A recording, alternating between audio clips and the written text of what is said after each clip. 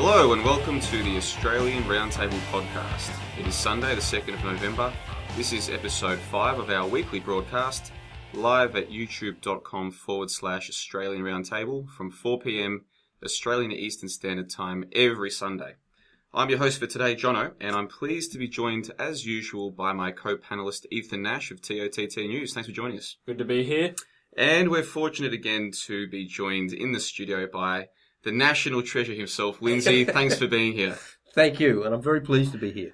Okay, now before we get to the rundown, I want to say a big thanks again to all of the listeners out there. Just in the last week, we've tripled our subscribers, and most of that's through word of mouth.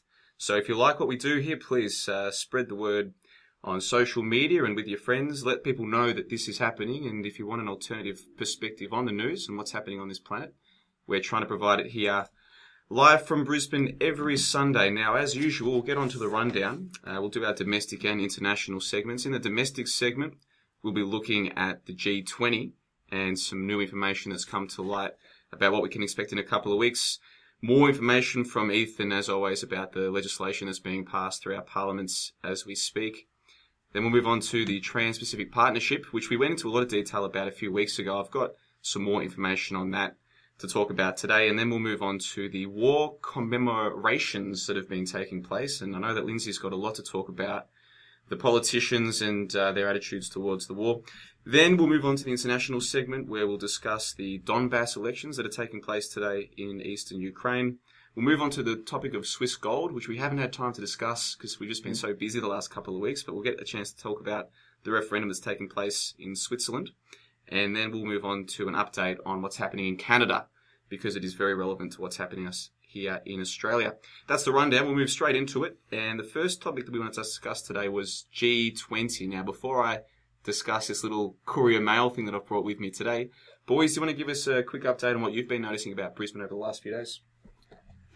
Well, in general, the Courier Mail, almost every day of the week, there's something there, whether it be the troops jumping out of helicopters or police dressed up in their uniforms. There's always something, with the machine guns in hand. It's a really full-on propaganda about how they're here to keep us safe. Yeah. No, I've seen the same thing, once again, from your favourite newspaper of all time, Lindsay, the Courier Mail, Hi Hitler articles and G20 coverage. No, I've noticed the same thing, and one thing that stood out to me was one of the covers that was a few days ago, last week, saying "Battle for Brisbane, police ready to squash G20 ferals." Yeah. And I looked at this, this cover, and I said, are people not looking at this objectively and saying, hang on, these protesters haven't done anything wrong yet, but they're already being painted as these violent rioter, protesters that are going to disrupt everything. I can't believe it. Yeah, and again, for the international listeners, the Courier Mail is the only newspaper that's printed daily in this city. And, of course, it's owned by News Corp and Rupert Murdoch and all the rest of it.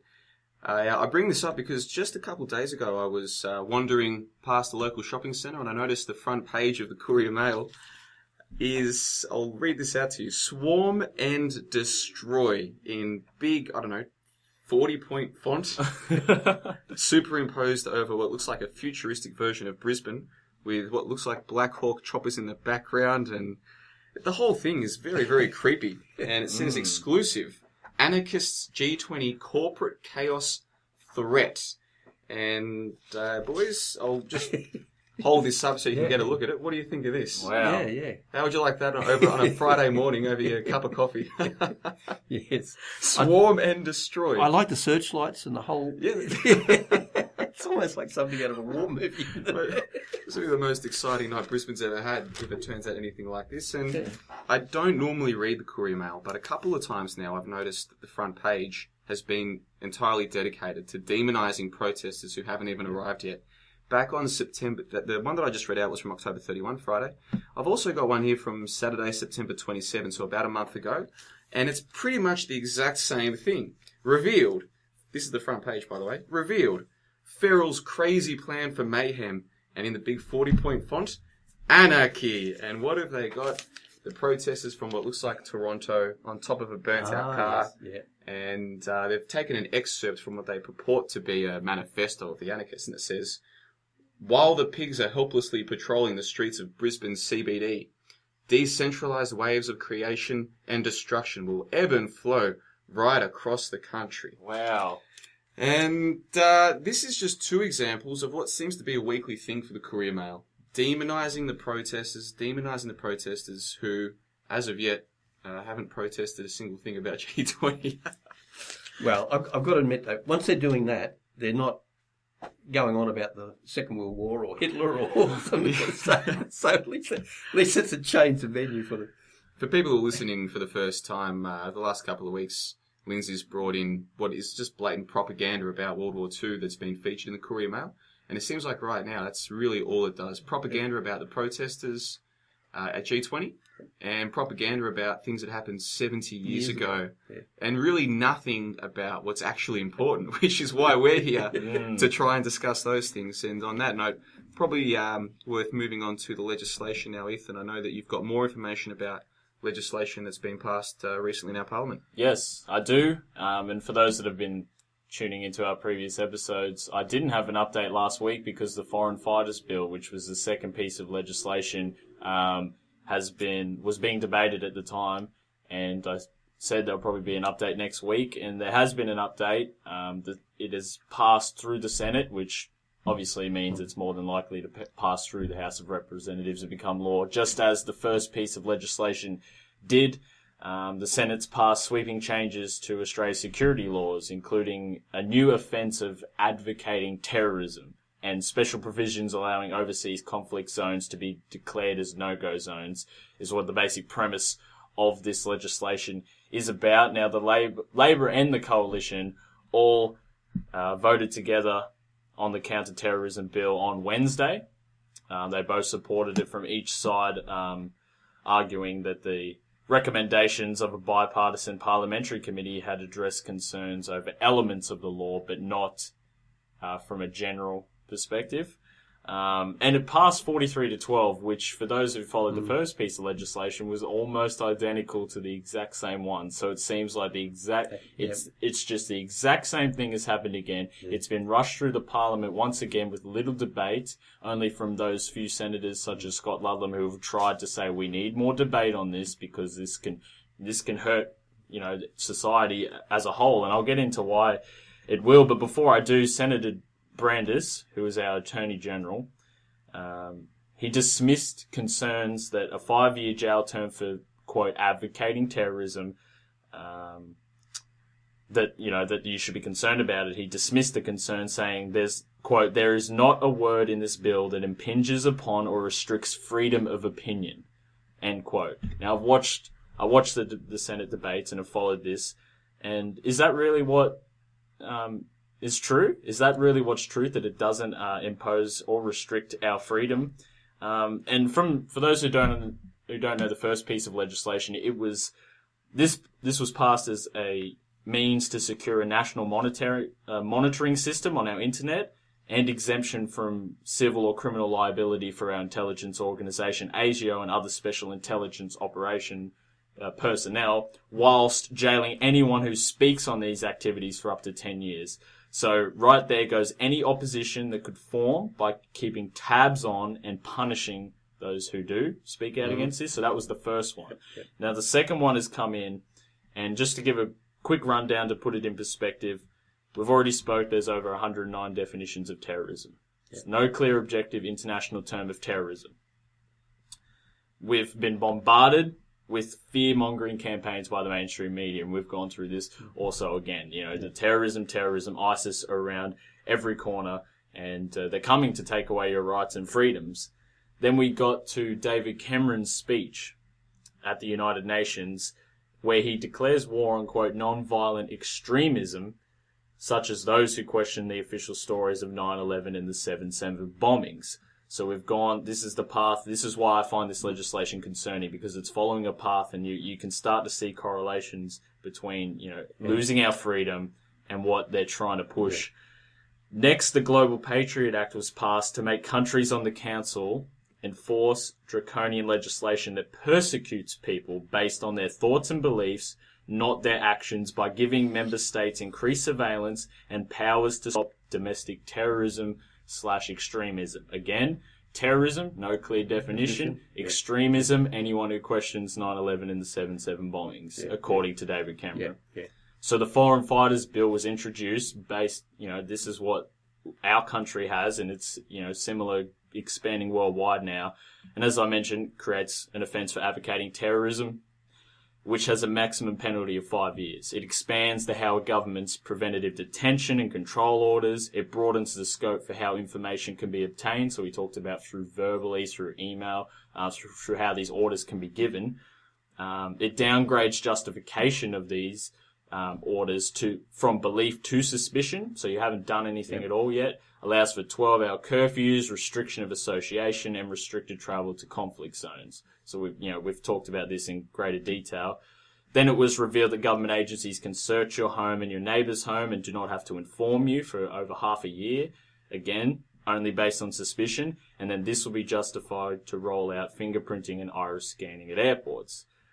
So if we take a step back and really look at what this bill is trying to achieve, and this is where we'll get into some discussion about it now that it has passed, you can comfortably conclude that it's nothing short of, an Orwellian police surveillance state that they can get to.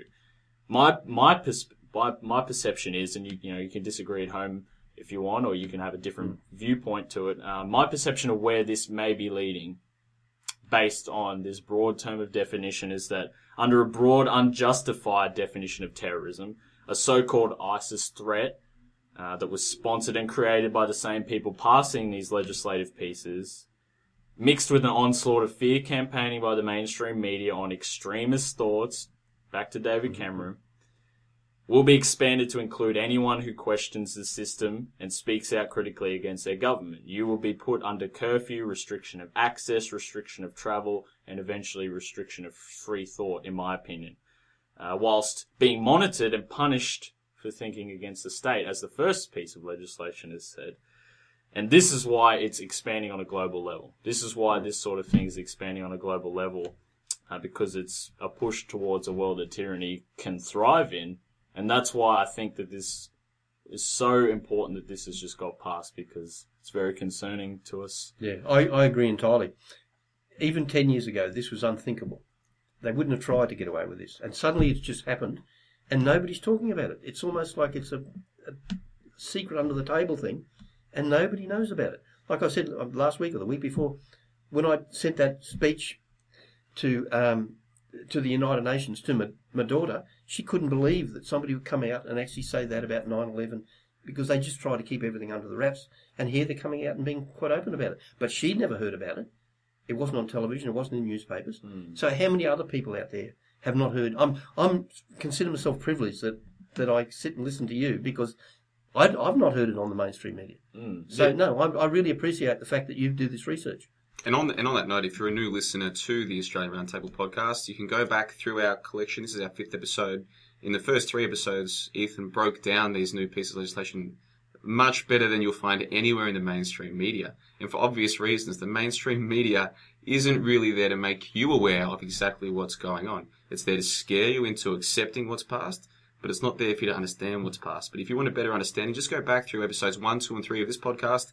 In the first 15 minutes of each, Ethan breaks it down. And when you fully understand the collection of legislation that's been passed, and then you compare it to what happened in places like Stasi Germany in the 1930s, you can see the similarities aren't subtle. They're blatant. It's blatantly similar to what happened. And you look at the Reichstag fire in 1933 that led to the Reichstag decree, whatever it was called, where basically German people's civil liberties were quashed literally overnight by Hitler.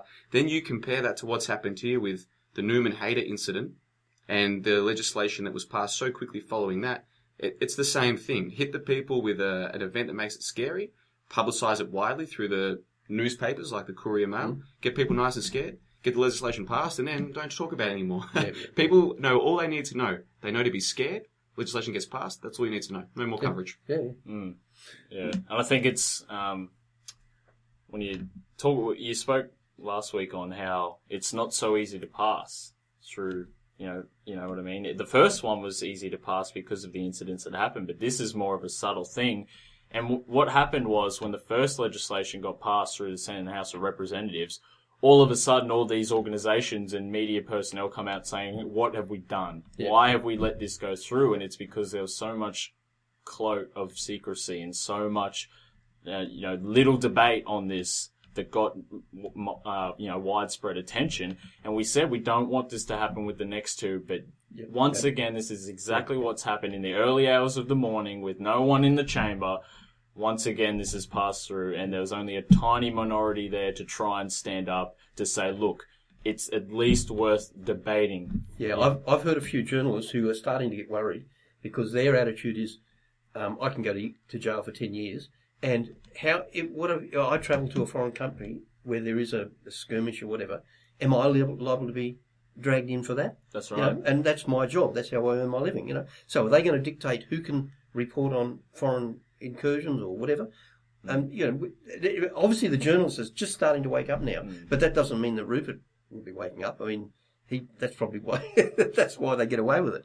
Well, that goes back to censorship again. Yeah, because I know a lot of citizen journalists that are over in these conflict zones painting a different perspective of what's happening over there. Now, say the government are the ones that approve the journalists that go over there. Who do you think they're going to approve? They're not going to approve the critical thinking journalists, are they? No. They're going to, Channel 9, all these, these corporations, these corporate viewpoints are the ones that are going to be get in. Yeah. You're going to be carted away because you're supporting non-violent extremism. Yeah. It's very concerning. Oh, no. And even on the surface where they're saying we don't want you to go to conflict zone, even that presents problems in itself, other than the subtle thing behind it all. And I come back again, I've said this before, this is always about Muslims, that in the newspaper. That's what this is. Yeah. But I know that there are Israelis who go over, who've got dual citizenship, who fight in the Israeli army and come back, and then they get jobs in our security and what have you. Yeah. So that's what it's almost like there's a double-mindedness here that concerns me as well. And I'm not just picking on the Israelis. You'll probably find there are Brits who have got a British passport who can go back over and join the British army. And what happens if they finish up in Afghanistan or whatever?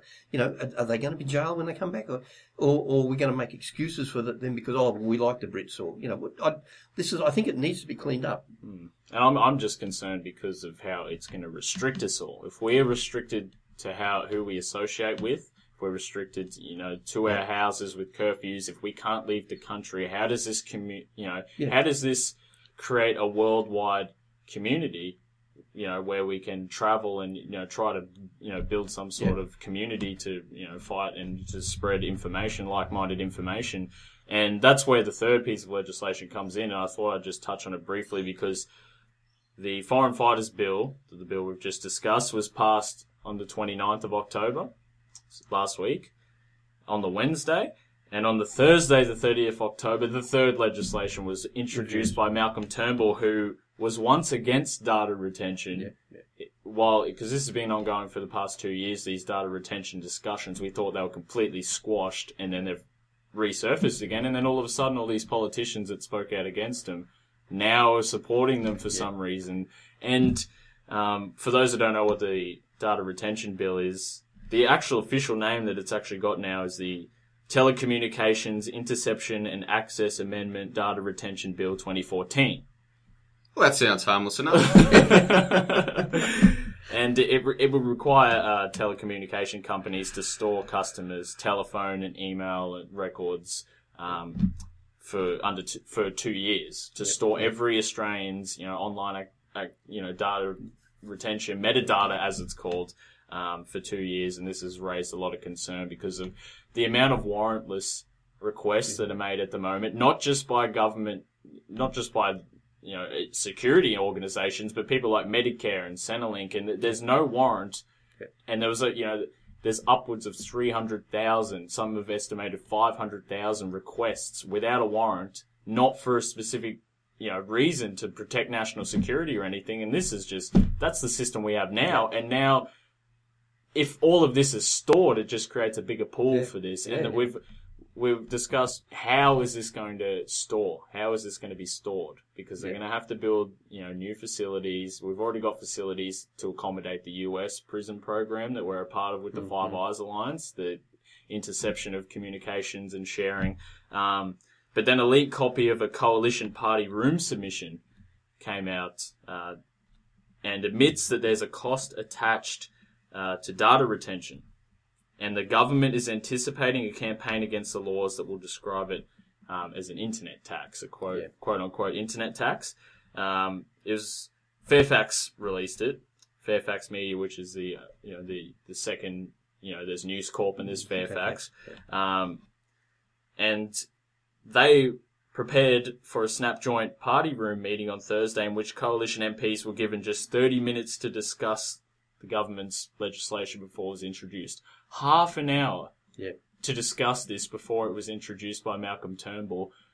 And the concern is that once this is being billed, once the telecommunication companies can't afford to do all this, that they're going to increase the prices on us.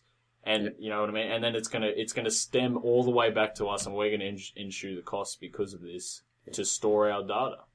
Very concerning stuff. You can see this becoming a method of brand differentiation in the internet marketplace. Like iNet might say, we store your data in secure hosting in Soviet Russia. And maybe their competitors TPG. Or we store your daughter. Sorry. It's funny what I was going to say anyway. And look, the thing for me is, I reckon they could call these new bills the Stasi Germany Reenactment Act. And they'd still pass it, and the majority of people still wouldn't know.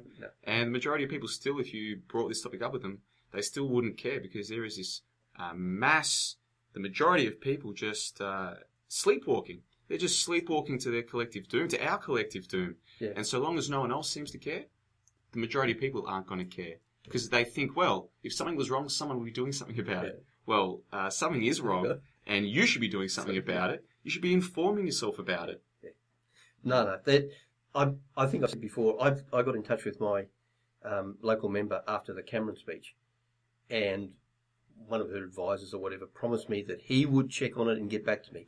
Well, that's got to be a month now. So obviously they're going to wait until after they pass the legislation before they get back to me as to who does. No. It's just, and you just got to break it down. The first legislation, we're going to monitor you. We're exempt from liability. You want to report on that, you're going to jail. Second one, you share different beliefs, you're going to have curfews. You're going to be restricted to access. We're going to control every facet of your life and make sure this information doesn't get out. And then the third legislation is we're going to store all of your phone and email and all of this metadata. And just thinking, hang on a minute, this is, you know what I mean? This is just so overwhelming when you actually sit back and take it all in, and it's just being brushed through with no discussion at all. And once upon a time, if you said to people, hey, you know that they monitor what you do online, right? They'd say that you're crazy. They'd say that's a crazy thing to suggest. Now the people are being told, not only is your data going to be stored and potentially viewed whenever we want to, but you're going to be the one paying for it. And how many people are sitting and going, well, hey, when people did warn me about what the government was doing, and I said that they were crazy, only crazy people believe things that are different to what the TV tells me, how many of those people are saying, well, gee, I was wrong about that. The government does care what I do online. The government is going to force ISPs to store what I do online. Maybe the government has more scope to do whatever it wants than I thought. Maybe it's time to reconsider my views about my relationship with the government. How many people are going to take this as a cue to reconsider how they view themselves as a subject under the government? My answer to that question is probably not many. But even if they did reconsider, now they've got extremist beliefs if they don't associate with the government anymore. If they've stepped back and said, hang on a minute, something shady's happening here. You know what I mean? The government's got a lot more scope than I imagined. That, you know, they've woken up to say, well, hang on a minute, it's not like I've been told. No. You've got extremist beliefs now, according to David Cameron. And then now you could be punished under this legislation. You see how it all fits together. Well, when you first started saying that, you were talking about opinions. And it just interested me that how are they going to know your opinions? Well, obviously now they're going to know because they're going to keep all your emails and private conversations. So it's not as if you're going out into the public saying these things. You're giving expression to your opinions. It's they're searching it out. So that's how they're going to do it. Yeah, and they can know more than just your opinions. They can also know the way that you think and the way that you're influenced. They can now, by taking the data from things like Facebook and other social media, they can see what kind of post it is that you react to, how you react. There was that thing with Facebook a couple of months ago where Facebook had essentially conducted a psychological study. by blocking on some people's Facebook feeds the positive posts and by blocking the others to see how different people reacted. And the amount of information that we give away, I mean, if we do a post on Facebook, we know that we're giving that information away, right? But there are other things that we don't realise we're giving away. Even things like the fact that most young people these days, if they go to the toilet for their daily toilet visit or whatever, most people take their phones with them and surf their phones or whatever now. Information like that can then tell people in the government how often you go to the toilet. And you might say, well, I don't care if the government knows about that. That's just one example of the kind of information they have about you that you don't even realise you're giving away by using things like Facebook and other social media. And that information now all belongs to the government, which many people like me have said for a long time. They have that information. They've got facilities that can trawl through this information. They've had that for decades.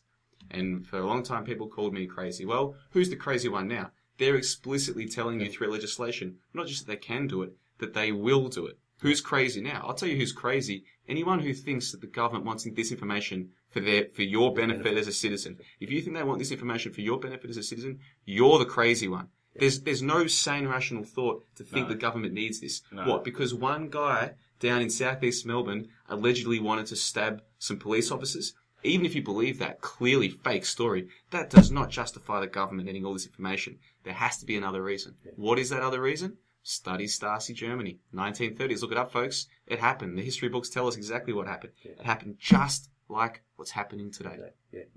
And this, I get this all the time. Well, if you've got nothing to hide, you don't care. And bullshit. Sorry, I shouldn't swear. That's my first reaction. Well, if that's the case, then you give me all your passwords and I'll go and look up your, Mr. Babbitt or whoever. Give me your passwords and I'll look it up. No way in the bloody world he will. When I hear people say that, if you've got nothing to hide, you've got nothing to fear or whatever, and there are a lot of people who think this way, it's crazy. I say to them, okay, what about if the mafia, say you owned a business and you knew the mafia was running a protection racket, and you knew that if you didn't pay your weekly or monthly fee, they were going to throw bricks through your window. Just say for argument's sake. If they came to you and said, we want to go through all your files, would you give the mafia all of your information? You probably wouldn't. Well, guess what? That's what the mafia is. It's a huge protection racket. It's the biggest mafia in the country. They're the big daddy mafia, and that's exactly what they do. They scare you into giving them money, which is your taxes. Don't pay your taxes, you go to prison. They scare you into giving away your civil liberties. Look at all these bad things that are happening. Only we can protect you. They are a protection racket. But they also control the schools and the mainstream media. So they can convince you that you need them. So people look at their Courier Mail on a Friday morning over a coffee. Terror! Disaster! All these problems that if you don't give us more power, won't get fixed. The more you look into the government, the more you study the way that they operate, the less you can believe this fairy tale that they're here for your benefit. And despite that, the majority of people do. They still believe that the government is their friend, and they will always believe that. Always. I want to know what font they use. That's a pretty high-tech font for that. I want to get a hold of that. Courier Mail. So the legislation, I do admire the people who are responsible for what they're doing. All this legislation is getting rammed through during the current season of Australian Big Brother. And I think the average person on the street, if you brought up all of this with them, they'd still be far more concerned about going home, who's getting evicted tonight on Big Brother, and watching Big Brother, than the fact that Big Brother is watching them. They can't... it's a hopeless thing, and that's why, look, I do this podcast and I do the research that I do. I'm interested in getting this out to people who care, which might be 1% of the population, might be 5%, might be 10%. I'm really here for those people. I think the people who are still awake at this point, despite all of the evidence of not just what's happened, but where we're headed, if you're still asleep despite all of that, I can't help you. I don't think anyone can help you. But those of you who are awake, who can see that there's serious problems with what's happening, you're the people I'm here for, and we need to speak with each other. We need to chat with each other, spread our information, spread our research to each other. We're the ones who matter. The people who are asleep, I don't think you can help them. Stop wasting your time trying to help them. If someone is sitting there after all that's happened over the last few months and still thinks that the government's their friend and that everything's okay, they're always going to think that. That you could literally pass the Stasi Germany Reenactment Act and these people would still defend the government. There's no hope for them. No doubt. I think in the age of information, ignorance is a choice. I think that quote does ring true because it's so prevalent out there. You know what I mean? It's so, and with, Ginger Jihadi, for example, if people are not seeing through that, You know what I mean? What hope do you have to tell them that it's, this is following the same blueprint, steps that happened, back, all throughout history with all these tyrannical regimes that took away our rights. If they can't see that a 17-year-old gingerhead, if they don't even question that video, that's... No, there's nothing you can do with them. But I don't know how you blokes view yourself, but I think of myself as being a fairly simple sort of bloke. But if I found out all this information, then I see no excuse for anybody else. It's hit me so many times over the years that I've been forced to look into it. Well, surely they must have as well. So anyway, I'm a bit like you. I don't think there is a lot of help with them. I remember once talking to a woman in a country town, and she was saying that she'd been to what do they call it, patchwork quilt thing with some other ladies, and they were all the upper echelon of society in the town. And she was saying that they all knew all this stuff, but they just don't want to deal with it because it affects their way of life, and etc., etc. So I just wonder how many other people, and that's just pure irresponsibility, and we're not going to be able to do anything with that. You know what I've found? The whole process of self-education, I mean, some people call it waking up, or they use these other almost cliche terms. For me, it's really just self-education, reading about history, reading about what's happening today, making yourself aware of the similarities and being prepared to confront them on a philosophical level, being prepared to confront what you're witnessing every day. I've found that process, like most people do, to be a hard process to go through, because you'll find something out, you'll try and show it to someone. I'll give you an example, like the protests for G20 in Toronto a few years ago. There is video footage that anyone can access showing the police dressing up as protesters, causing problems to get the real protesters bashed and harassed. That actually happened. There's video footage of it. It's undeniable. The Royal Canadian Mounted Police, whatever they call themselves, came out and admitted that that's what had happened. This stuff is undeniable. You try and share that, because this is outrageous stuff, right? Especially in this city where we've got, and we're going to discuss that a bit more later on, what happened in Canada, but we've got the G20 coming here in 2 weeks. This affects people. This is going to affect people directly. 1,100 people were arrested in Canada. This is important information. And so when you share this with people, and they get that glossed over look over their eyes, they glaze over this. No, I don't want to deal with this. It is a difficult process to go through. Realizing, hold on, not only is there all this information out there that we should be aware of, but that my fellow humans don't seem to want to help in this quest to make the world a better place. What I've found makes dealing with all of this easier, and I recommend that any of our listeners who are going through that same problematic experience give this a go. Look into psychological studies about herd behavior. Whether we like it or not, there are many psychological studies that prove time and time again that humans are herd animals. And I'll give you one example, the ASH experiments, ASCH experiments from, I think, the 1950s, where basically they would take a subject and they would put him in a room with 5 other subjects, not tell him that they're all paid actors. He's the one being experimented on.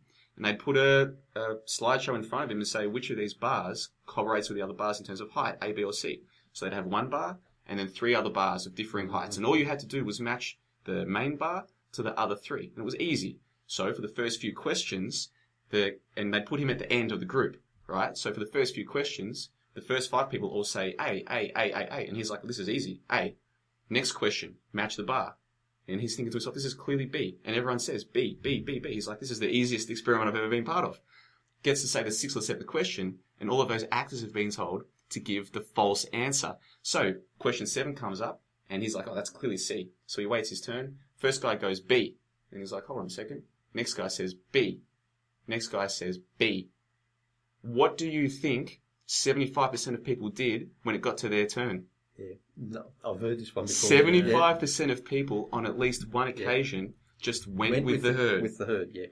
3/4 of people in that situation would sooner tell the world, say verbally, that I believe something that I don't believe, than go against the herd. Yeah. And that study's been reconducted a number of times, and over and over and over again. So long as the herd is going with something, the average person's probably going to go with it. Yeah. And you can blame that individual and get angry at them, or you can just understand this is how we are. And, if your family or friends aren't receptive to the information that you've come across, or the information that we're spreading today, or the information that you've found yourself with your own research, if your friends and family aren't receptive, my own opinion is don't get angry at them. Just understand the way the system's structured.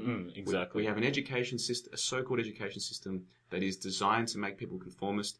We have a mainstream media that is designed to make people not want to think, to distract them. I don't think you can blame any given individual for, if they are a herd animal, and we are, if they are a herd animal, going with the herd. That's not to excuse any individual who does bad things as part of the herd, but it's to say once you understand how things operate, you're less likely to get frustrated by it. And these days, I don't waste my time trying to wake people up. If you want to wake up, you will do the research yourself, and that's the best way to learn things, is to do your own research. I mean, even just in preparing for this show every Sunday, I'll go over a topic that I've previously studied, but I'll learn new things. This is the best way to learn, is to do your own research. Any topic I talk about today or any podcast, I don't want anyone to believe anything I say. Hopefully it just gives them an idea to go and do their own research. If I say that what happened in Ukraine earlier in the year was a CIA coup, I don't expect you just to believe me. I don't expect you to believe anyone. Go and do your own research, and if you do, you'll find out, hey, this was blatantly a CIA coup. It's the best way to learn. Don't try and wake other people up. If they want to wake up, they'll wake themselves up. I think, you did a good point about how it's not entirely their own fault. It's how, society's been constructed and how the herd mentality works. And I, personally, my opinion is I haven't given up completely. My simple ideology is I plant the seeds, I open the door for them, and I say, if you want to walk through this door and come join us in the room, you're more than welcome to do so, but we're not going to force you through the door. We need to focus on the people that are in the room, because this, we're reading out this legislation today. This is getting to a point where we need to come together as a community. We need to start spreading ideas amongst people that are awake. But at the same time, I'm still going to try, even if 95, 99% of them aren't receptive. Maybe if I can plant one seed and that person decides, hey, I'm going to come in the room, that's good. Yeah. That's my simple ideology to it, but I'm not going to force people through the door. Yeah. Well, Ethan, our combined ages still is less than our national treasure here, Lindsay. We haven't been through the process of I guess seeing society break down the way that it is breaking down. Yeah. How about you? I mean, I still struggle sometimes with seeing people who could do good just go along with the corruption. How about yourself? How do you deal with watching what's unfolding and seeing your society break down the way that it is? I find it very frustrating, and for a long time I've been, like you just saying, we're trying to go out and teach people or get them interested in whatever. But after a while, you do become a bit frustrated by it all. And pretty much, like, this is the sort of thing I do, and I feel, well, maybe that's going to get something out to some people. I don't sweat about it now. I sort of go with the flow a bit more. I have a thing in the back of my mind. I'd read once that it was only 5% of the population in Russia that caused the communist takeover. So I think of that and think, well, even if there's only 5% of us, there's hope for us, because the other 95% don't really care one way or the other. And so I'm looking at it that way. We really only need 5%, and we can start making inroads into these people. That's my view of it. But you've got to be philosophical. Otherwise, I've seen other people who've gone broke trying to, spend all their money trying to get the message out, letterboxing, all that sort of thing, and it's done nothing or very little. So you've got to look after your own resources, look after your own family, and hope that you can do a little bit to make an impression. That's about all you can do. Yeah, good advice. And on that note, I guess we probably should move on from the topic of the legislation and the mindless masses who don't seem to care. We will move on to something else that's just as important and very much relevant to that conversation, and that's the Trans-Pacific Partnership. Now, a couple of episodes ago, I gave a detailed piece about the Trans-Pacific Partnership and how it's so important to this country. I've just got a quick update on it. Now, while the rest of the country was talking about gay marriage and all of these other topics that are thrown out there to distract us, what also happened was that we finally had debate on the Trans-Pacific Partnership in the Senate. So I'll just give a quick background, then we'll get on to the chat. I explained in episode 3 the reasons for my belief that the Greens aren't campaigning more strongly on this issue, for reasons that really become obvious when you look at the way they've approached the whole thing. Back in March of this year, the Greens introduced a bill called the Trade and Foreign Investment, open bracket, Protecting the Public Interest, close bracket, Bill 2014, into the Senate. And again, for international listeners, the Greens are one of our minor parties. They've got, I think, 10 senators in a 76-person Senate, and they get about 10% of the vote. So they're a minor party, but they're very much part of the political establishment, if you like. Now, they brought that bill to Parliament in March, and then the second reading debate was held on Thursday, October 30, so just the week just gone. And the second reading is the most important stage of an attempt to pass a bill, because that's where the debate at least ostensibly, takes place. Now, the Green senators who spoke during the second reading all supported the bill, as you'd imagine, and the Liberal and Labor, our two major parties, that basically one party just with different branches, spoke against the bill. And I'll come back into that in a moment. Before I do, I just want to read out the text of the proposed bill. The Commonwealth must not, on or after the commencement of this Act, enter into an agreement, however described, with one or more foreign countries that includes an investor-state dispute settlement provision. End quote. That's the text. That's the entire text of the bill that they introduced. I want to read out now the responses. The first response from a Liberal senator and the first response from a Labor senator to that proposed legislation. And just as a background, if people aren't familiar with what the AEST provisions are, it just gives foreign corporations the right to sue our government, basically. You know, if they don't like the government or letting them frack, maybe they can sue our government about fracking. It's such a terrible thing that, look, go back to episode 3 and the explanation's in there, but anyway, ASDS, not a good thing. The Greens are ostensibly trying to stop these from being allowed to be signed. Here's the first response from a Liberal senator. Quote, "It gives me great pleasure to speak on the Trade and Foreign Investment Protecting the Public Interest Bill 2014. I think the bill is probably well-intentioned, but I do not think it is a bill that I can support or that my party would support. To bring a blanket ban in on the inclusion of ISDS clauses in free trade agreements would be wrong and would certainly limit the ability of the government to negotiate the best possible deals for Australia and Australian exporters. So the government is considering the inclusion of ISDS clauses in free trade agreements on a case-by-case basis." End quote. That was Senator James McGrath, who's a senator for Queensland of the Liberal Party. That was the first Liberal response in the debate on Thursday. Let me read out to you the first Labor response. Quote, "The opposition will not support passage of the Trade and Foreign Investment Protecting the Public Interest Bill 2014. Labor opposed the inclusion of investor-state dispute settlement provisions in trade agreements. However, Labor cannot support the remedy proposed by this bill." End quote. So, just in the space of 2 sentences, we do not support ISDS provisions, but we also don't support your attempt to stop us from passing ISDS provisions. And that was always going to happen. Labor and Liberal are the two-party duopoly on politics. That's the way it's going to be. Why, even if you're in opposition, why would you support restraining your ability to do things in the future? Now, the Greens aren't stupid. They would know when trying to introduce this bill to Parliament that it has no chance of getting passed, which makes you wonder why they do it. I'll go on.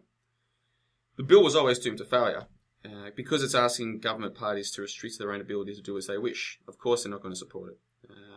But now the Greens can claim that they've tried to do something. So if you're someone like me, and again, go back to that episode 2 weeks ago, I outlined exactly why I think the Greens aren't doing anything about the TPP. If I try and bring these arguments up with someone who's a Green supporter, they'll say, oh, but the Greens tried to pass that bill in Parliament. Yeah, but it never had a chance of passing. So it was a token effort. Why aren't the Greens campaigning more widely? If they really care about the TPP, why are they not making it the centre of their political platform? Because there's so many votes in maintaining Australian national sovereignty. Why don't they make it part of their platform? There's so many votes in trying to save the environment. And they're the Greens party. This is meant to be what they're about. Why don't they publicly campaign on this issue? Go back to episode 3 where we talk about it, because I give my explanation there, but I'll give you a brief rundown here. If the Greens really wanted to do something about this, they would be publicly campaigning on it, making it a huge issue of public debate. But instead, they submit hopeless bills into the Senate because that is their job. They're controlled opposition. There's no question in my mind the Greens are controlled opposition. They give false hope to people who can see that the government parties are corrupt, but who haven't yet worked out that the entire system is corrupt, and what we call democracy is just theatre to keep the dumb masses docile. If you want further evidence of how this is all a big show for the people, here is how Sam Dastyari, a rising hotshot in the ALP, began his own speech during those debates on Thursday. Now, this Sam Dastyari character is from New South Wales ALP, and is very much a career politician. This was his speech. One of my, I think 2 or 3 Labor politicians who spoke about this in the Senate. Quote, I do want to, sorry, let me state this again. This was his response to a bill trying to stop us from giving away our national sovereignty in the Senate of this country. This was, what I'm about to read is a direct quote from Hansard. This is how he responded. This was his first response in the Senate. Quote, I do want to acknowledge the large presence of people in the press gallery who have come to hear my words about ISDS. I want to thank them for making the effort, and I will confirm the rumours are true that at 12:20 today, the rumours are true. At 12:20 today, there is going to be a pretty important announcement in the Senate chamber when Senator Fifield finally confirms rumours that he's appearing on Dancing with the Stars. End quote. Guys, I'm not making that up. Go and check Hansard. Sam Dastyari, a power player in the Australian Labor Party, began his response to a debate about the ISDS provisions in the TPP by talking about Dancing with the Stars. You can't make this shit up. No. That's made me angry. I'm not even amused at that. I'm gonna just curl down in this chair I'm sitting here. And just, Really? You haven't even heard the best part, my friend. Oh. Senators get paid a base salary of $200,000 a year. Yeah. That's their base salary before you chuck in all the other entitlements and perks. So this Sam Dastyari character is getting paid $200,000 a year to stand up in the Senate and talk about Dancing with the Stars while our national sovereignty is being sold below our feet. And I decided to look a bit further into Dastyari because I haven't really been following the internal politics of these parties since I woke up to the fact that it's all just showbiz to keep us stupid. But I thought, let's look into Dastyari. He joined the ALP when he was 16. He was head of the Young Labour Party at his university, and he became the national head of Young Labour. So from the age of 16, this has been all he knows. He's just being a player in the machine. He's a classic career politician who was never planned to do anything with his life other than play his role in the system. A system which is so obviously controlled by people above the puppets in Canberra that if you can't see it by now, you probably never will. Yes, I don't know. Well, there's nothing much more we can say. If you can't see that Canberra is just a show to keep us from realising what's really going on by now, you're never going to work it out. And on that note, we'll move on from that update about the TPP. As always, we're going to put informational links to everything that we talk about in the info box underneath the video on the podcast. So if you want to check that out for yourself, I'll include a link to Hansard, and you can see what was being said by people. And this is the point I made to people. This is your tax money. You know what I mean? Most people pay a lot more tax than me. I live on a very simple amount of income. I work enough to pay for my food and my house, and that's about it. If you're out there working 5 days a week, you're probably paying a lot of tax. And it goes to scumbags like Dastyari to laugh about Dancing with the Stars or selling out your national sovereignty. But hey, if you don't care, you're never going to care. Now, moving on. Where's my rundown? What was the next topic on our agenda today? The war commemoration, Lindsay. This is our last topic of the domestic segment, and I know that you've got some information about the war commemoration. Yes. I was interested in it. We're going to be full on now because it's 100 years since the Anzac legend began, or however you like to describe it. So the first in this series of, I think it'll culminate with Anzac Day next year. I think that's what it is. Okay. But the first of this series, anyway, was a commemoration of the first Anzac troop embarkation from Western Australia. And that was held yesterday, I think it was. And I remember seeing all the politicians there giving their speeches and reflecting in, or bathing in reflected light from these people who gave so much 100 years ago. And it upset me because when I look back, in my lifetime, my freedoms have diminished a hell of a lot in my lifetime. Now, what it must have been like for those people 100 years ago to see what their sacrifice has caused today, it's virtually caused nothing because these same politicians who bathe in their reflected glory are running us down the drain, just as you've just said now. It just scandalises me. Now, I can remember some of these old diggers, these weren't First World War fellas, these were Second World War, and they were having this idea where I just really want to die and get away from what this country has become. Now, to me, I feel terrible about that. These poor old buggers who, anyway, and yet all our politicians they don't give any consideration whatsoever for the reasons that these men went to fight in the war. Anyway, having thought about this, and I thought I'll go and have a look at the First World War, and because I'd always had the impression that they went over there for king and country and empire and all this sort of thing. But when I started doing some research into it, I don't know whether that was strictly true. I don't know whether they really knew what they were fighting for. And I've got a couple of books in front of me, and I'll read some passages out of it. I don't want to bore you too much with it, but most of this was not about Australia. It was about America and the machinations to get America involved in the First World War, and the mention by various authors saying that the American soldiers really had no idea why they were in the war. And that might give you a bit of an idea. So if you can bear with me, I will move on to some of these. They're only short passages, but they'll give you a bit of an idea of what was going on.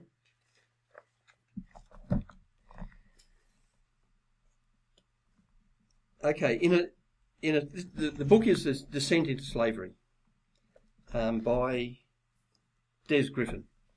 And on page 58, he talks about a book called A Short History of English Liberalism, published in 1913 by a man called Blaise, B-L-E-A-S-E. And he stated that England was bound straight for a conflict in which not one Englishman in 10,000 knows anything definite, and not one in 1,000 knows anything at all.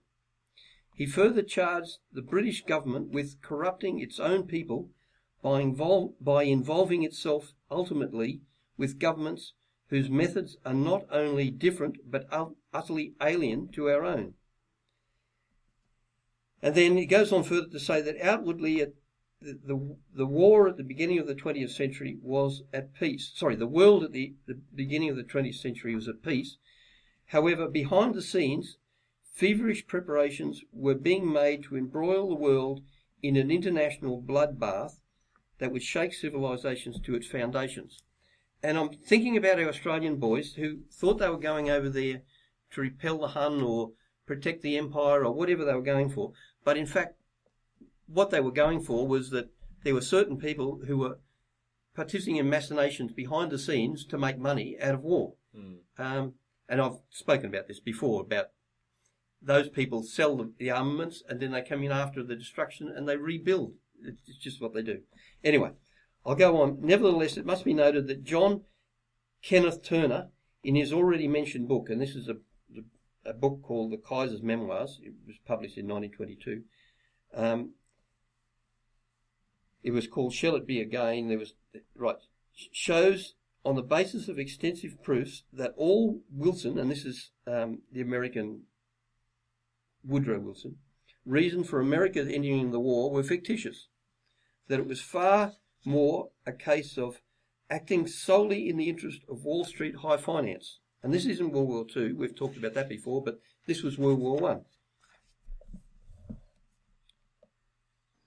He had told his American people in his bid for the second term that under the slogan, he kept us out of the war.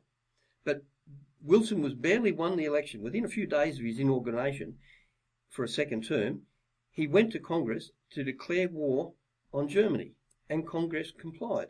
So it was the same sort of thing. Oh yeah, I'm campaigning on the fact that I'm not going to send our boys to war, and that was similar to what was his name? The second World War.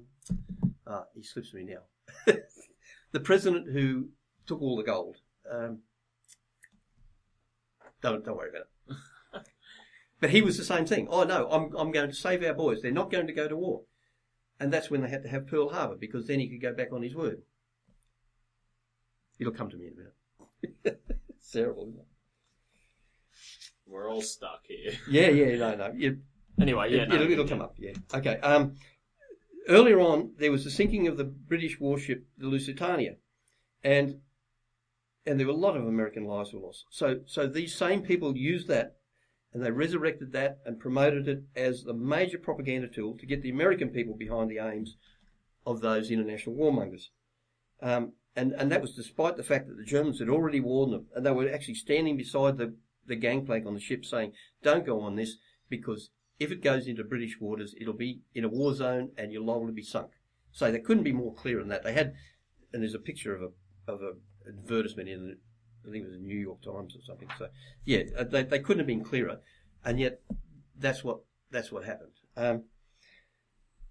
Okay, I was going to go on. I'll do a little bit of it, but I won't read too much more. But basically, what the point of all of it was that there were bankers we talk about Wall Street, there were bankers who were donating money for the Russian Revolution, and they also were the ones who were manipulating behind the scenes to get America and Britain involved in a European war. And the reason that they got involved in the European war was a very minor thing about some archduke being shot, and that would have been handled just as a local thing if it had happened at any other time. But these people had worked them, all their countries up into a frenzy, and this was the trigger point. That's all it was a trigger. It wasn't, there was no real reason for it. Okay, I'll just come to a next. Okay, then we refer in the same book, The Descent into Slavery, he refers to Professor Quigley, and we've spoken about Professor Quigley before. He was an insider who had personal access to all the bankers' documents. So a lot of people refer to his books because it's sort of considered to be a fairly accurate description of what actually took place within the minds of the banking fraternity. That's Carol Quigley's Tragedy and Hope. Yeah, for the listeners out there. Yeah. Professor Quigley tells us that the results of the blockade of Germany were devastating. This is the blockade around the armistice. Now, last week I spoke about other losses after the Second World War, where millions of German soldiers, after cessation of hostilities, were allowed to starve and die from exposure in the fields. And here, I'd not realised this until I was doing research for this here, that 800,000 people died of the blockades on Germany after the First World War when they were trying to get the armistice signed. And they're saying that this caused 800,000 deaths. And during the 4 years of the war that Germany lost 1.6 million dead, the German death rate during the blockade was 5.5 times higher than during the war. So it wasn't just a one-off thing. This has been going on for some time. So both the First World War and the Second World War, they were destroying the general populace in Germany by starvation. I won't go on. The book speaks for itself. But this is what I was interested in as a little bit of proof of who was behind this. And I've got the book here that used to be every man and his dog had one of these on his shelf. It was called None Dare Call It Conspiracy by Gary Allen. And on page 52, he speaks about the Warburgs, and he's talking about Paul Warburg, who along with his brother Felix had emigrated to the United States from Germany in 1902. They left brother Max, later a major financier of the Russian Revolution, at home in Frankfurt to run the family bank. Paul Warburg married Nina Loeb, daughter of Solomon Loeb of Loeb, Kuhn and Company, America's most powerful international banking firm. Brother Felix married Frieda Schiff, and Schiff was the controller of that Loeb, Kuhn Company. And in Stephen Birmingham wrote a book called Our Crowd, and I've only just recently got a copy of that, and it's very interesting. And he talks about, in the 18th century, the Schiffs and the Rothschilds shared a double house in Frankfurt. So it gives you some idea of the machinations and the circles within circles that were going on with these people who were organising these wars. I'll just give a quote from Winston Churchill. Winston Churchill once observed that all nations would have been better off had the US minded its own business, and had we done so, he said, peace would have been made with Germany, and there would have been no collapse in Russia, leading to communism, no breakdown of government in Italy, followed by fascism, and Nazism never would have gained ascendancy in Germany. And then they quote the Social Justice magazine of July the 3rd, 1939. Now, the point of all this, I started off with Australians, but I'm trying to show that these poor troops that went over there, it was just jingoism. They thought they were doing it for God, King and country, and in fact they were doing it from the bankers. And then I've tried to lead this through so you saw that the Americans were also in the same boat. They were being lied to and tricked, and it's all about bankers making money. Now, as well as these people, there is also the fellow in Britain called Lord Milner. Now, he was associated with the Roundtable, and there are various books on this that I haven't got with me at the moment. But he also, according to this book, was financing the Russian Revolution along with Schiff and these other fellows from New York. Now, this one little quote really sticks in my mind from a way back, and I think everybody should understand this. It says, it should be noted parenthetically that Lord Milner, Paul, Felix and Max Warburg represented their respective countries at the Paris Peace Conference at the conclusion of World War I. Now, I don't think anybody realises that had happened, and it's just so incestuous, it's unbelievable. These members of one family and another bloke who was helping them out to start the Russian Revolution were the ones who did the negotiations for the end of the World War I and the destruction of Germany with the reparations and what have you, which really was a setup. There were heaps of other people in here who talk about that. They knew when it was happening that the armistice was going to set up the Second World War. It couldn't do anything but. And yet they went ahead and did it because it was in their interest. They wanted another war because they sell the armaments and they replace the damage that's done. Anyway, I won't go on any more about it, but it worries me that even the Second World War diggers still don't understand the machinations behind why they went over there and their mates were killed. They become bitter and twisted when they see what's happened to their nation, their civilization. But they're blaming themselves. We did all this and look where it's gone. No. You did it because they wanted you to do it. They wanted you to spend your life and your life force and the country's money so that they could make profit.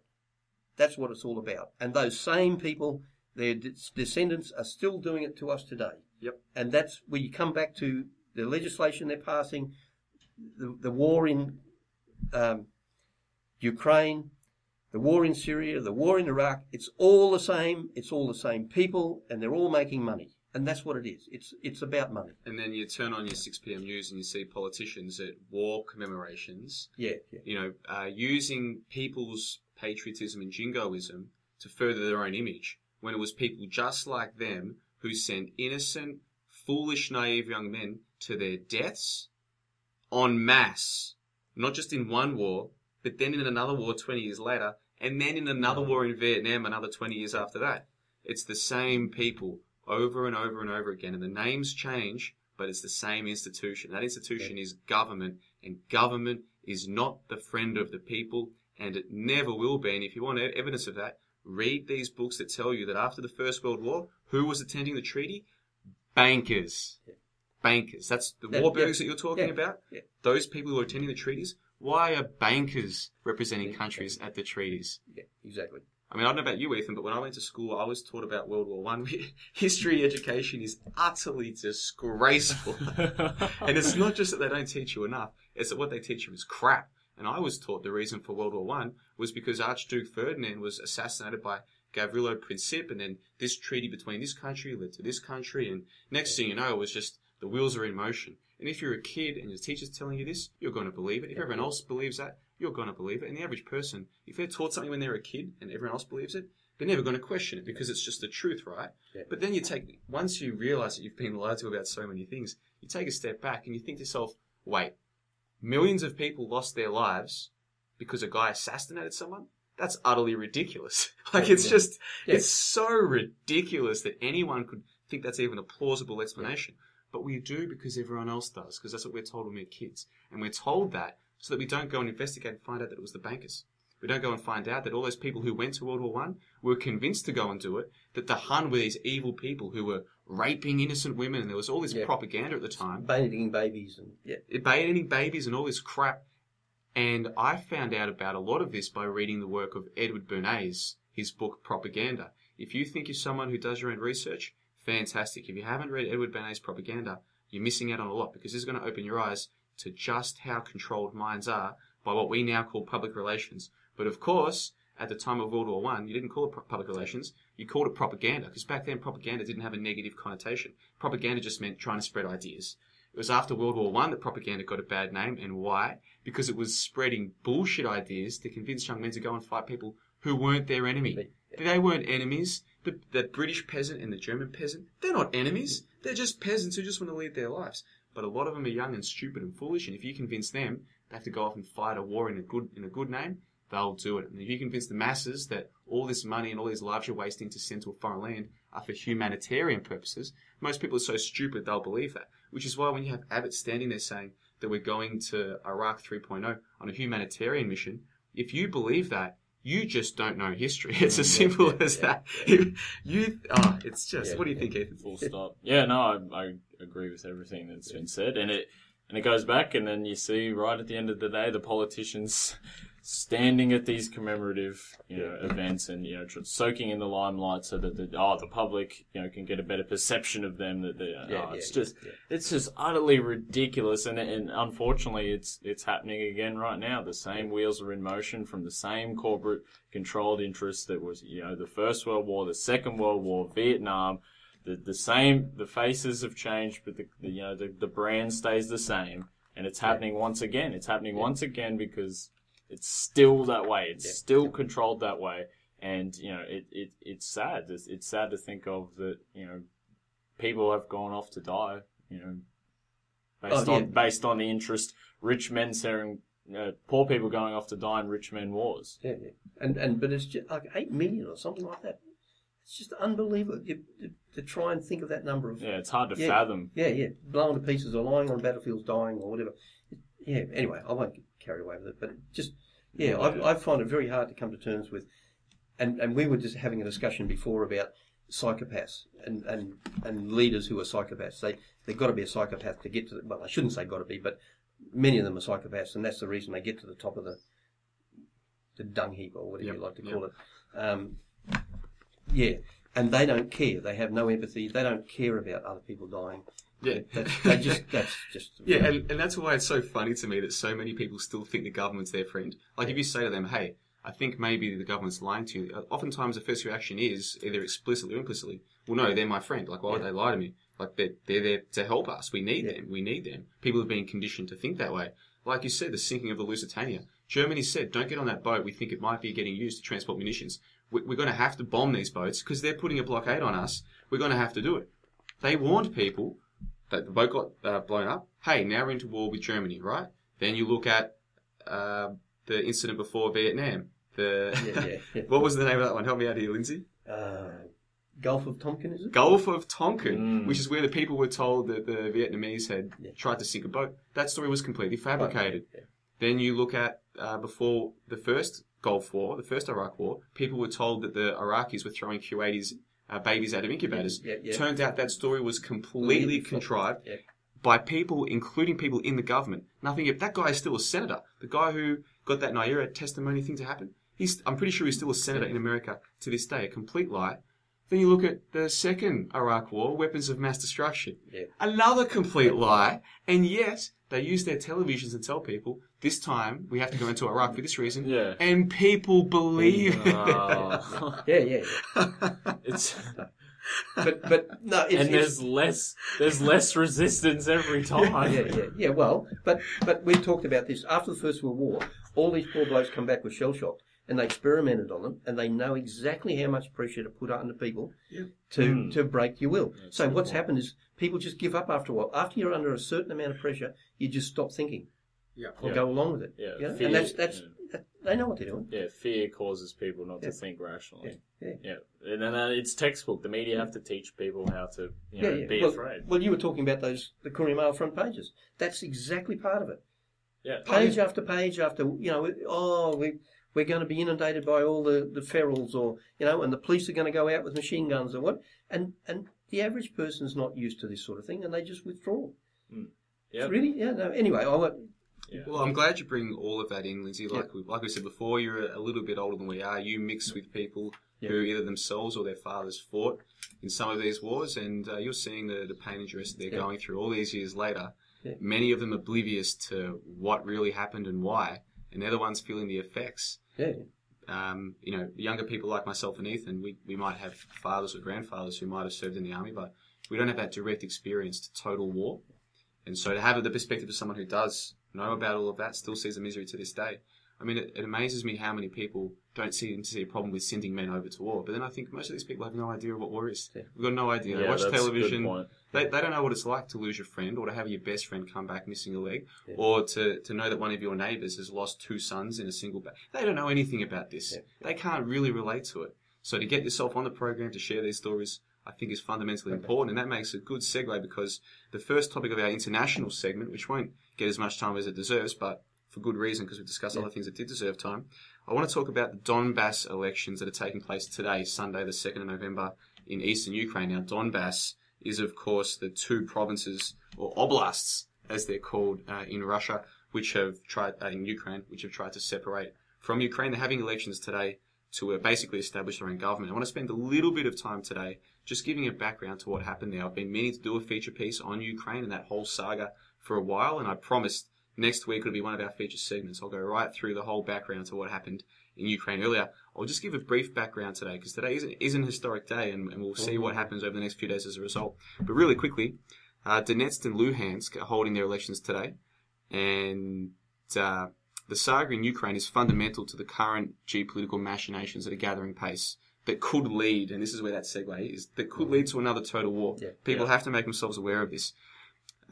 It's just as important, though, not just because of what's happening geopolitically, but to understand how easily people's minds are controlled. You ever ask the average person in Australia today about Putin and listen to their response. Why do they think that way? Because they've been told to think that way. When you find out what's really happening in Ukraine, you can see that the 2 are polar opposites. What we're told and what's really happening, total opposites. And today I'll go through an article that demonstrates that in good detail. Donetsk has a population of about 4 million people, and Luhansk about 2 million people. So these aren't tiny little areas. This would be like, I guess, Victoria and Queensland trying to separate from Australia. I mean, these are large areas of people who are saying, we don't want to be part of Ukraine anymore. In the battle that's been taking place in Donbass since the coup earlier in the year, thousands of people have died on either side. Ukraine government claims that about 2,000 of its own personnel have died. The separatists claim that the real number of Ukrainian dead is close to 10 times that amount. And you can see why the Ukrainian government would have a vested interest in not reporting how many men they're sending to die, to kill people whose crime was not want to be part of their country anymore. I want to read to you an article from the Associated Press, which was published in CBC in Canada. I'll just read a few excerpts. The title is Ukraine Rebels to Hold Election Despite International Condemnation. And the subtitle is US and EU will not recognise the results and say the election violates a ceasefire. Here's a quote. Rebel-held territories in eastern Ukraine prepared Saturday to elect legislators and executives in a vote that has been roundly condemned by the international community but backed by Russia. Work at some polling stations in the largest separatist-controlled city of Donetsk was disrupted by a sudden intensification of hostilities. Artillery and small weapons fire could be heard in northern districts of the city near the airport, which has been the focus of heavy fighting for weeks. Separatist authorities argue that Sunday's vote in the Donetsk People's Republic and Luhansk People's Republic will lend legitimacy to their aspirations for self-determination. We have put too much at stake on the altar of the victory, and through this election we are legitimising our government and thereby separating from Ukraine even further, said rebel election chief Roman Lyagan. Pardon me. Western governments in the United Nations say the vote violates the terms of a ceasefire agreement signed by Russia, Ukraine, and the rebel leaders in September, which envisioned local elections being held under Ukrainian laws. The White House has denounced the planned elections as being contrary to Ukraine's constitution. Attitudes towards the election in Donetsk are a mix of fatalism, despair, and enthusiasm.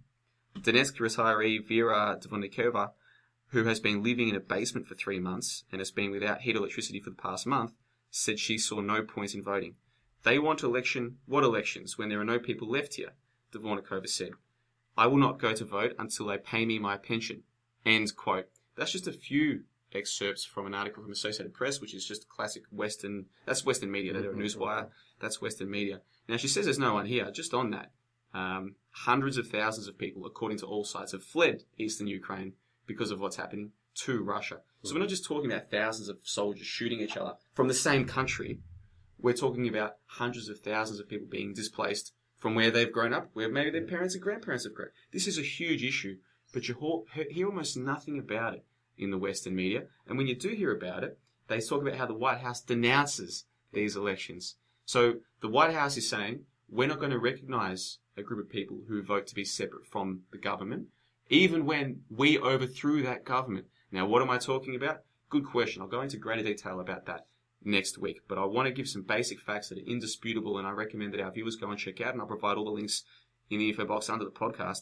In early February, a phone call was leaked in which US Assistant Secretary of State Victoria Nuland and US Ambassador to Ukraine, Jeffrey Pyatt, can be heard blatantly conspiring to install Arsenij Yatsenyuk as a new puppet leader of Ukraine. That was in early February. That phone call got leaked, and the White House didn't deny that that's who was in the phone call. You can hear clearly, it's clearly Nuland and Pyatt. So that was in early February. Then in late February, Viktor Yanukovych, who was democratically elected as the leader in Ukraine, was ousted in a coup and replaced by, drumroll, Arsenij Yatsenyuk. Gets better. In mid-April, the head of the CIA, John Brennan, was identified in Kiev. Someone recognized him and said, hey, that's the head of the CIA. Yeah. The White House later confirmed, John Brennan had been in Kiev, in the capital of Ukraine. Doing what exactly? Well, what happened in the days immediately following Brennan's visit? I'll tell you what happened. The Ukrainian government, I call them a junta, because when you overthrow a democratic government and install an American puppet, you're a junta as far as I'm concerned. The Ukrainian junta cracked down on pro-Russian protesters in the east of Ukraine, which led to dozens of innocent deaths, including the burning alive of dozens of innocent civilians in the trade union's house fire on May 2. So Brennan, the head of the CIA, goes and visits Ukraine, and in the next couple of days, what happens? The protesters get killed, burned alive even. Now, those facts that I've just given, and they're just a basic rundown, the full detail being next week's feature segment, those are just the basic facts. Early February, they're plotting to install a puppet. Late February, they install a puppet. Mid-April, the head of the CIA pays a visit, and the next few days, innocent protesters get killed. And yet, despite that, when people in eastern Ukraine who can see what's happening in Kiev and don't like it, we don't want a puppet regime, we want to be our own self-determined government. The White House says we will not recognise the elections. They violate the Constitution. Apparently, the Ukrainian Constitution doesn't say having a coup backed by the CIA violates the Constitution. That's where they made a mistake. They should have made it more explicit. Now, look, we are running out of time in today's podcast. I wanted to go through an article that I found in The Australian in great detail to point out just how blatant the Western media propaganda is. I don't have time to go fully into it, but I'll just read out one bit from The Australian, which again is owned by Murdoch. This is our major propaganda outlet. I thought, what are they saying about the elections in the Donbass region today? What have they got for us? Let me just pick out one of the better parts of it. Okay, so the title is Election Charade to End Conflict but Split Ukraine. That's the title. The first little paragraph here. It is a one-horse race organised by armed thugs, but the election taking place today in Ukrainian territories controlled by Russian-backed militias will formalise the country's partition. End quote. And I'll find one more excerpt because we have to move on. Where is it? Here we go. Quote, a hastily assembled electoral commission has been struggling to maintain a semblance of legality in an attempt to avoid the international derision that followed a chaotic referendum in May, which involved armed militants stuffing cardboard boxes with ballot papers. End quote. So they're saying these people are completely illegitimate, and when it comes to elections, the militants stuff ballot boxes, which is just blatant propaganda. They don't mention how we know that the Assistant Secretary of State was organising a puppet regime to overthrow a democratically elected regime in Kiev. I mean, when you look at these facts, they're undeniable, and you take a step back, we're being told not to trust the people who are having their own elections because they don't want a puppet regime, by the people who put the puppet regime in charge in the first place. And in that first article, it talks about how the polling stations were disrupted by a sudden intensification of hostilities. Well, these two regions aren't trying to expand. So who are the ones who are engaging in the hostilities? Like, they're defensive. Yeah. Who are the ones who are attacking? The Ukrainian junta, who is installed by the Americans. Can you see how utterly evil and corrupt the government and the mainstream media are? Yeah. If you can't see it now, you're never going to see it. Well, one of the things that came to me when you were reading that about stuffing the ballot boxes, I thought, wonder if they got that from their own thing in Scotland, where they stuffed the ballot boxes in Scotland. No, it's sort of like a Freudian slip or something, We haven't had a chance to discuss the Scottish referendum on independence. hopefully we get a chance to discuss that. We have to move on really quickly. But before we do, Ethan, do you have any thoughts on what's happening in Ukraine today? No.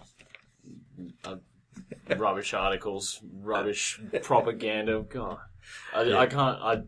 I don't like the mainstream media when they do this. I don't like how they're, and just the establishment in general. And Johnno's summed it up perfectly. I'm just going to slump in my chair and. Well, I might do the same as you. I might go on and get these links off there, and I'll go and have a research. And I think anybody listening to this who's got an interest should do that for next week, because then they'll be prepared for what you've got to say. Well, I'm looking forward to the segment that I'm preparing for next week, because the whole thing goes a lot deeper than what I've just said. When you look at the relationship between Victoria Nuland and certain other actors who are involved in all of this, this isn't about conspiracy theories or anything. This is just looking at who are these people? Who are they married to? What information do we have about things they've said and done in the past? How are they all linked? And when you understand all of that, and you will after next week's segment, you can see we are not allied with the good guys, people. It's not even debatable anymore. It shouldn't have been debatable for the last 100 years, but if you're still debating it, guess what? We've got phone calls of these people admitting that they're trying to install puppet governments. Like, it's not. There's no more debate here. Now, look, I did want to talk. We're going to move on from that Ukrainian issue. Like I said, look forward to next week's segment. I did want to talk today about Canada and an update on what had happened there. I won't give the long spiel, but basically we said that following the terror attacks that took place there a week and a bit ago, they were going to pass draconian legislation, just like what had happened here in Australia. I don't have time to go into too much detail on it, but let me just read a quick segment from an article that I found from, I think this is from the CBC.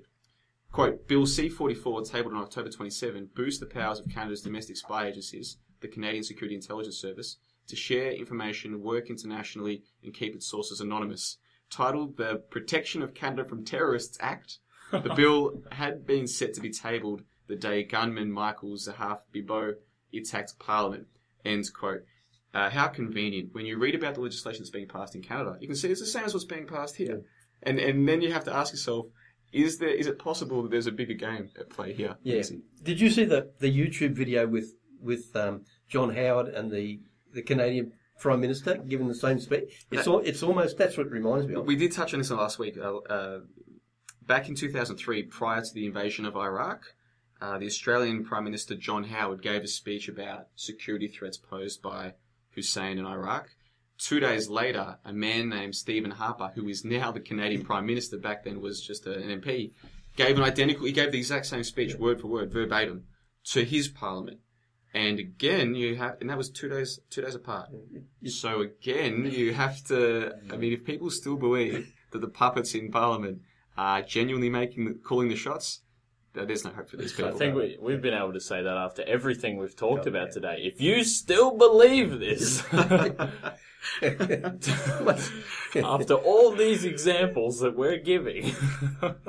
Yeah, so look, the Canada shootings were clearly a staged event right from the start. I didn't touch on that last week. I just wanted to talk about what was going to happen as a result. The passing of legislation I predicted it would pass.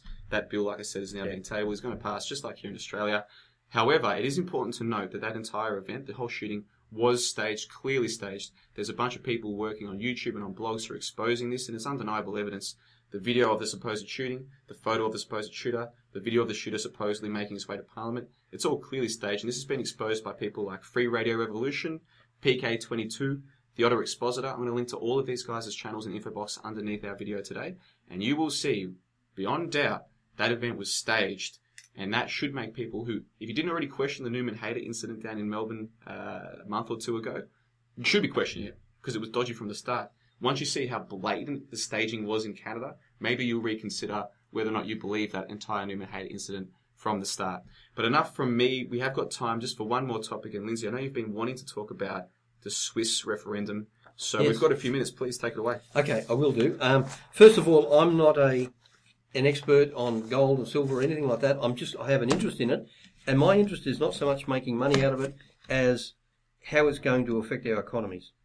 So I get a bulletin each day from somebody in Brisbane who's a trader, and I won't give their name, but I'd like to read a couple of articles that they've put out which will give you an idea of what's going on.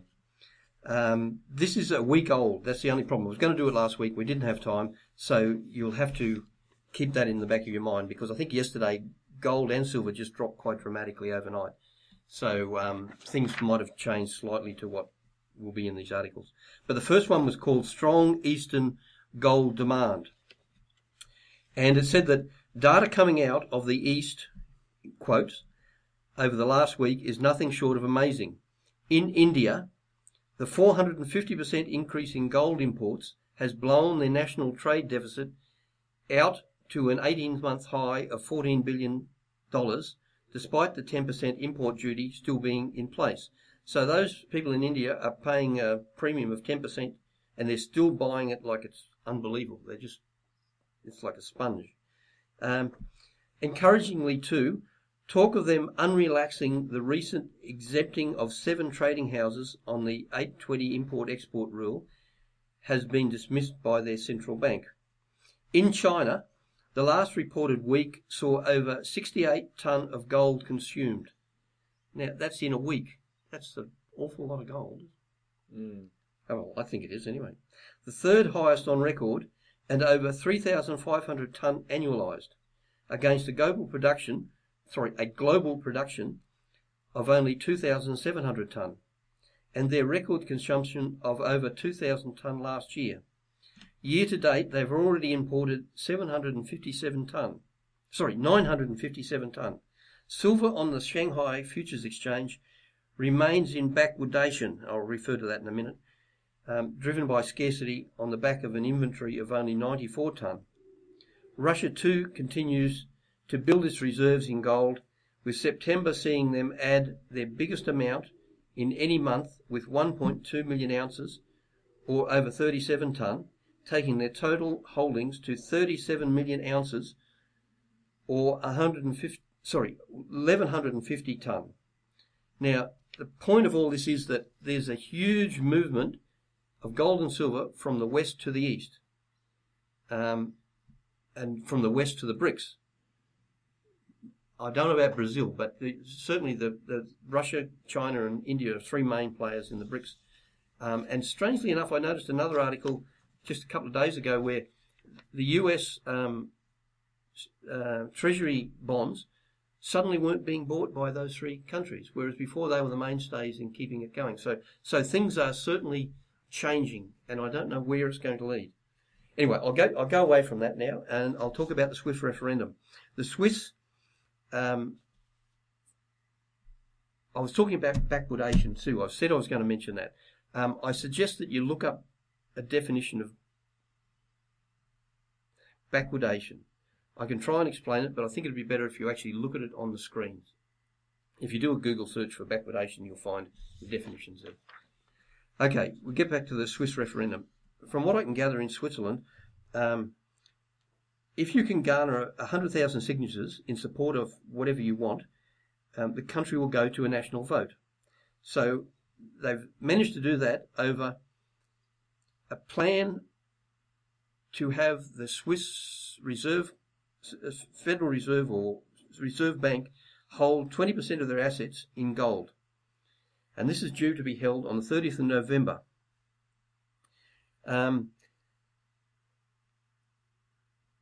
What I was listening to a couple of days ago, there'd already been a polling on this, and I haven't got the figures in front of me, but it was just less than 50% of people were in favour of it. And there was still 16% of the population who were undecided. Now, admittedly, they haven't got majority yet, but there's a very strong possibility this might be carried, much to the concern of the Swiss and the European central banks. Because if it gets passed, the Swiss will be required to go out and buy 1,627 tonne, or about 75 billions worth of gold.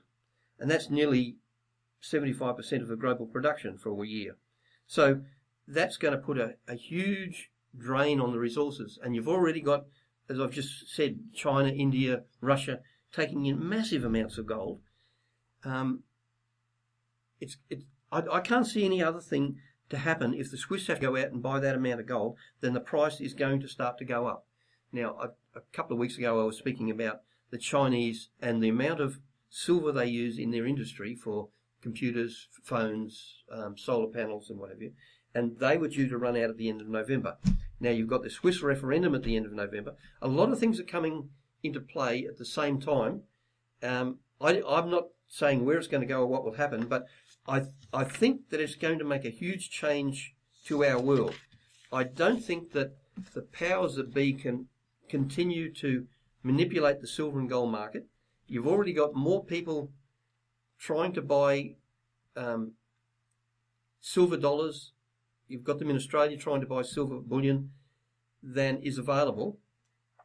So the people who are dealing in paper gold, like ETFs and things, can't keep it going for much longer. It's just the number of people who want it, and it's not going to be available. The price is going to have to go up. But well, like I'm saying, I'm not an expert. I have no idea. It might be a year or more or whatever. But there's certainly going to have an effect on us, I think. And if it starts to affect the US Treasuries that way, that's going to have an effect on interest rates and various other things. You probably have to find people who specialise in this field. It's just intrigued me. I thought, no, there's something big on the move here. So I thought I'd bring it to you, and people should know about this. And if they've got an interest in it, they can go and do the research themselves. What's your speculation? What do you think is happening, or what do you think is coming based on the information you've given us? Well, just on the business that China uses something like 3 million ounces a month, and they didn't have any more than enough to take them till the end of November. Now, they're not going to suddenly stop making computers and phones and solar panels or whatever. They're going to have to go out and try and buy it on the world market. Now, the only way they can do that, I see anyway, is they're going to have to say, we will pay premiums. Now, where are the premiums going to stop? If it gets high enough, then people will come out and say, oh, right, I'm prepared to sell for that price. So that's going to drive the price up. But once again, I don't want to. I'd hate for people to go out and buy gold and silver or whatever on the strength of what I say, because I might be completely wrong. But I can't see how else they can keep their industry going. Like China's a huge. It's virtually the manufacturer of the world now, and they've got to keep this stuff coming in. Obviously, a lot of people follow gold prices on a personal interest level, because they're, they're gold bugs, or they think this is a good idea to accumulate or store wealth. There's also the broader geopolitical ramifications. And I know that a lot of people on outlets like Zero Hedge speculate that because there's so much paper gold being traded, futures and derivatives and other things that aren't actual transactions of gold, that eventually, if what you're saying does happen, the price does go up, there'll be a lot of people who won't be able to cover their positions. And this could precipitate a genuine financial collapse. When you look at the fact that since Obama was elected, the national debt of the US has gone from something like $8 trillion to something like $16 or $17 trillion. It's doubled, and he hasn't even finished his second term. Yeah. The way that their money is essentially being printed, not so differently from the Weimar Republic. I mean, we're not quite at those levels of inflation and monetary system expansion yet, but we are very quickly getting there, where the US dollar is devaluing very, very quickly. And you look at some of these things converging, and you wonder whether there are some people who know what's on the horizon, whether it's months or years away, where this does inevitably have to end, Ethan. Yeah. No, I agree. And when I was doing that research in those books before, talking about Germany, and they were talking about Russia as well, and I had never heard of the hyperinflation in Russia just prior to the hyperinflation in Germany. So it's the same people every time, all the way through. Absolutely. When I have many things that I want to say on the topic of money, because it's fundamental to understanding everything, but we don't have time in today's show. We do try and keep these podcasts to 90 minutes. We've gone a little bit over today. We apologise for that. Before we do sign off, do either of you have any final thoughts you want to throw in? No. I'd just like to mention that next week, along with the Johnno segment on Ukraine, we're going to do a big segment on the G20 summit that's coming up here in Brisbane, right down, we're just outside the exclusion zone here, broadcasting today, and it's going to be right in our backyard, the G20 summit in Brisbane. So we're going to do a huge segment on it, and I'm going to talk about some of the laws that have been passed, some of the clauses that, some of the draconian powers that the police are going to have, and we're just going to do a whole discussion on it. So look forward to that, because you're not going to get any other G20 information other than the Australian alternative media. Yeah, and I hope, look, you say that, and I hope you're wrong, but we both know that's probably correct. The mainstream media is not going to fairly report on G20. And look, if you're another person out there, you're listening and you're in Brisbane, we would love it if you also covered G20, if we started networking with each other to get the genuine messages out there, because the mainstream media is not going to cover it, and it's going to be a very significant thing, not just for us here in Brisbane directly affected by it, but for the world. The world's going to be looking at Brisbane, and we're going to be one of the outlets. Hopefully there's lots of us, but we might be the only outlet who's really reporting on what's happening. And on that note, we are planning to go live with a broadcast on the Friday, Saturday and Sunday of G20. So look forward to that, listeners. We'll be doing this live, not just every Sunday from 4 p.m. like we always do, but on the Friday, Saturday and Sunday night of G20. That is assuming, of course, that we're not all in detention. Now, I've just got one final thing I want to add before we go. I've noticed in the alternative media community online, people like Free Radio Revolution and Red Pill Revolution and these people, I've noticed lately more of a propensity for these people to state during their videos, by the way, I'm loving life, I've got no intentions to disappear, these kinds of messages. And without getting too macabre to sign off on this show, a lot of people now are starting to see where all these things are headed and are starting to make it obvious to those around them that, hey, I'm doing this, I'm enjoying this. If for any reason you don't hear from me or whatever, look into it, you know what I mean? And I don't want to finish this show on a macabre note, but the truth is that a lot of people thought they were going to be okay as long as they kept their heads down in Stasi Germany. And then when the time came, those people were a potential threat, and away they went. I personally don't fear for my own well-being and safety doing this show, and I don't feel for the well-being and safety of either of you, but I want to make it clear right now that I'm loving doing this show. I continue to keep doing this show, and I'm loving life. And you know, the rabbit hole is a deep thing, and the further you get sometimes, like we discussed earlier, it can be disappointing and frustrating, but the truth is the more I'm learning, the better I'm feeling, and I plan to continue doing this show until YouTube shuts us down. Now, on that note, boys, thanks a lot for coming in, Lindsay. That's right, you're welcome. Thanks again for coming in, Ethan, and to all our listeners out there, thanks for tuning in. We'll be back next week, live on time next time, from 4 p.m. Brisbane time. Thank you for tuning in. Thank you. Bye-bye.